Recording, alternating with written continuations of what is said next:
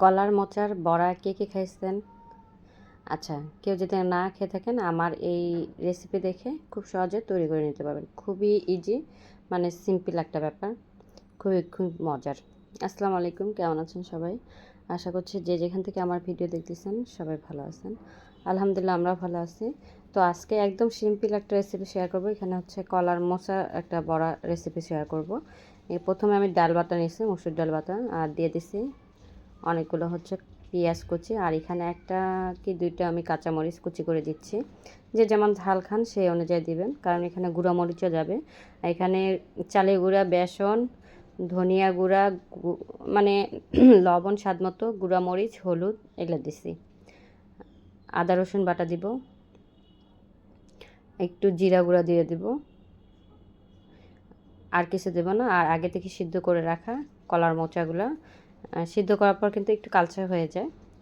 কাঁচা কলার মোচা যেহেতু, এটার পুষ্টি কিন্তু আর বলে শেষ করা যাবে না, সবাই জানি আমরা। কাঁচা কলাতে প্রচুর আয়রন, মেয়েদের জন্য এটা খুবই উপকারী।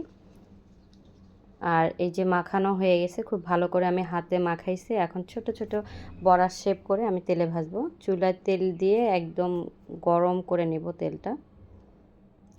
ডুবা তেলে ভাজলে হবে, আপনারা যদি অল্প তেলে ভাজতে চান সেটাও হবে। আমি ডুবা তেলেই ভাজবো। তো এই যে এরকম তেল গরম হয়ে গেছে, এখন এক এক করে সবগুলো দিয়ে দিব। যে যেমন মানে বড়ার শেপ দিতে চান সেভাবে দিবেন। আমি এইভাবে বড়া মানে বানাই এবং এভাবে খেতে ভালো লাগে। আপনি এটা খালি মুখেও খেতে পাবেন, ভাত দিয়েও খেতে পাবেন, সস দিয়ে বিকেলে নাস্তা হিসেবেও খেতে পাবেন। এটা খুব মজার এবং খুব পুষ্টিকর। অল্প আছে ধীরে ধীরে আমি এটা মুচমুচ করে ভাজা করে নেব। এক পাশটা হয়ে গেলে তারপর উল্টাবো, নাহলে ভেঙে যাবে। বাসায় ট্রাই করে দেখবেন, খুবই মজা। কিন্তু কলার মোচা কিন্তু ভর্তা করেও খাওয়া যায়, আবার তরকারি রান্না করেও খাওয়া যায়। দেখেন এই ফাঁকে আরও কয়েকটা রেসিপির কথা বলে দিলাম আপনাদেরকে। যাই হোক, এখন আমি সুন্দরভাবে উল্টাই দেব, দেখতেই পাচ্ছেন। উল্টাই দিব যাতে ভেঙে না যায়। খুব তাপে ভাজবেন না, দেখা যাবে এক পাশটা পুড়ে যাবে আর ভিতরে কাঁচা থাকবে। মিডিয়াম টু হাই হিটে রেখে ভাজবেন। এভাবে ভেজে নেব। সুন্দর একটা কালার আসে, যেটা আমার ক্যামেরায় দেখা যাচ্ছে না, বোঝা যাচ্ছে না, কিন্তু বাস্তবে খুব সুন্দর একটা কালার আসে। আর এদিকে আমার ভাজা হয়ে গেছে, এখন উঠাই নেব। এই দেখেন কত সুন্দর একটা কালার আসছে।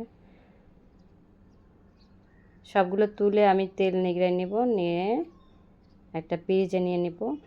এই যে ভাজা হয়ে গেছে, এই যে খুবই মচমচা থাকে, আর অনেকক্ষণ মচমচা থাকে। চালের গুঁড়ি দেওয়া হয়েছে যার কারণে অনেকক্ষণ মচমচা থাকে।